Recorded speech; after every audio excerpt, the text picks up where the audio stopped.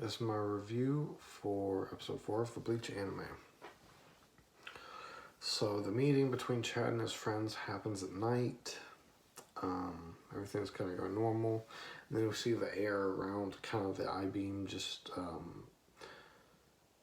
get distorted a bit, like it's refracting the light. And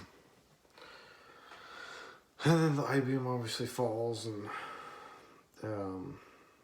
Chad catches it, Parakeet talks to him.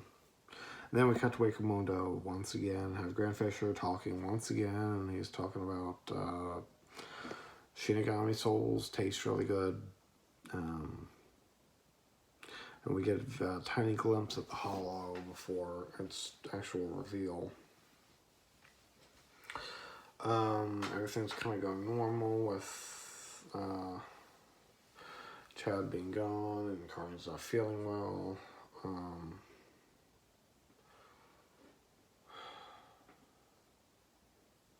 Oh wait, we're not there yet. What am I talking about? We go to the school. God, I'm all over the place.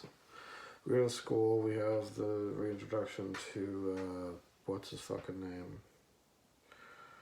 The black-haired kid.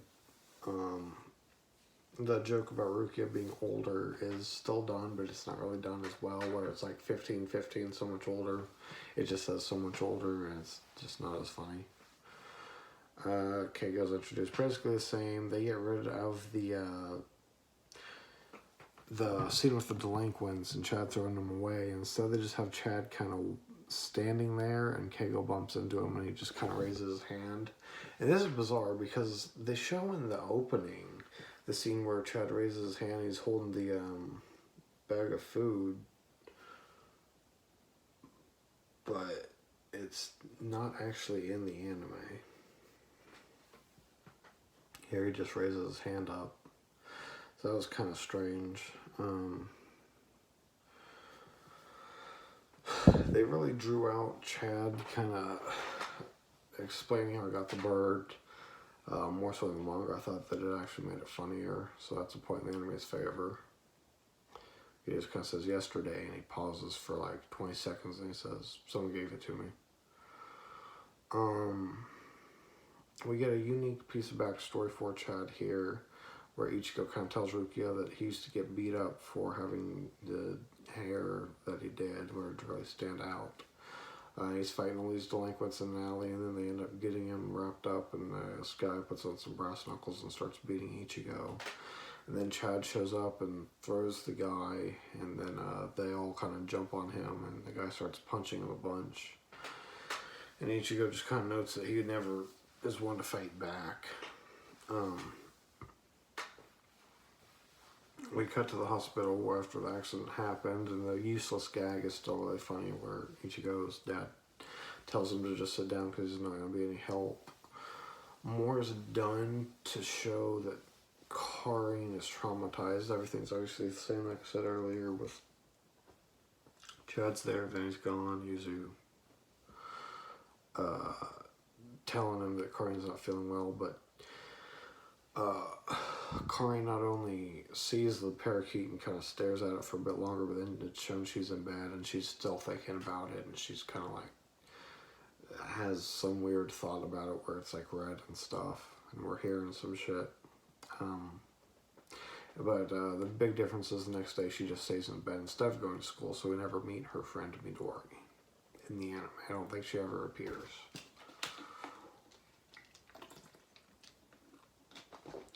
Ichigo, when he goes looking for Chad after he leaves, doesn't even go to his school either.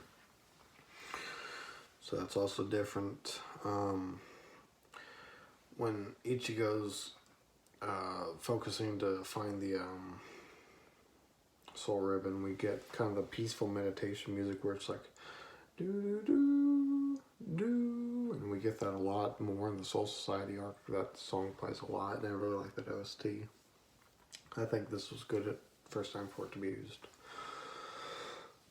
We see more of Chad looking for the warehouse before he actually finds he's walking around like the factory area, and the bird's apologizing to him and tells him that he needs to abandon it or else he's going to get hurt. Makes it a bit more sad seeing the boy's situation where he's really just gets all these people hurt and killed. it's kind of horrifying, really, to think about. It's pretty much the same after that, where it attacks and Chad's running out. But then they cut to Karin, and she just decides that she's gonna get out of bed and go and tell Ichigo about this boy's plight, which is really stupid and contrived and weird, making her even more of a plot device than in the manga, where like she's the only possible way to convey this boy's backstory. But like, Jesus, she's getting out of bed when she's like deathly ill to just go tell him. Even when she catches up to him, and the fact she caught up to them is beyond stupid and contrived in her condition, but she like got dressed to go and catch up to him for him to just carry her back home. That is like the dumbest and most contrived shit ever. And then as Rukia is running and isn't able to catch up to Chad and thinking about her running out of breath, Hala says that she smells good, and she stops and she looks around, and it takes forever, and then it finally raises up underneath her and attacks at her, and she just dodges it. And they just ruined that scene. In the scene in the manga, it surprise attacks her, appears right behind her and hits her, and then here it just sits there. It takes forever to come out, and then when it does, it just sits there, and she dodges its attack. Because of course she would.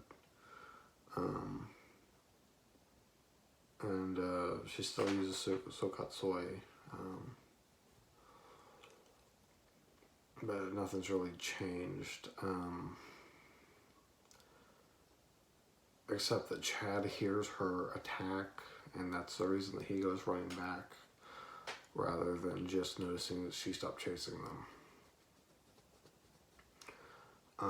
But yeah, the biggest issue I have with this is definitely Karin just deciding she's going to get out of bed to run after Ichigo to tell him about this parakeet that saw the boy in the parakeet that saw his mother get killed. And that he absolutely has to help him. And like, what the fuck is Ichigo going to do? He's just a dude. What do you mean? Help him move on. Like, how? You don't know he's a Shinigami. What's he really going to do? It's just stupid. But beyond that, I think the episode was fine. I'd go definitely with the manga for this story.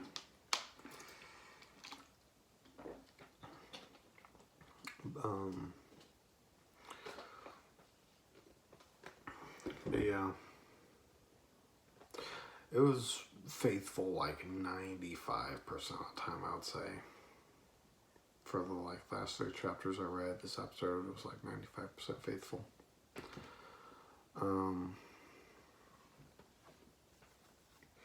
Once again, they're just cutting stuff out and increasing the pacing, which I just find a bizarre decision.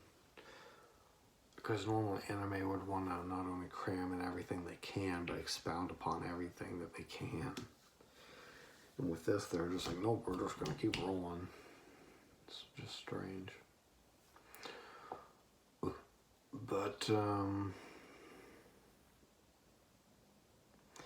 yeah, I guess, actually, on second thought, instead of having the delinquent fuck with him there, they kind of turned it into a backstory for Chad. I guess that's alright. I don't know.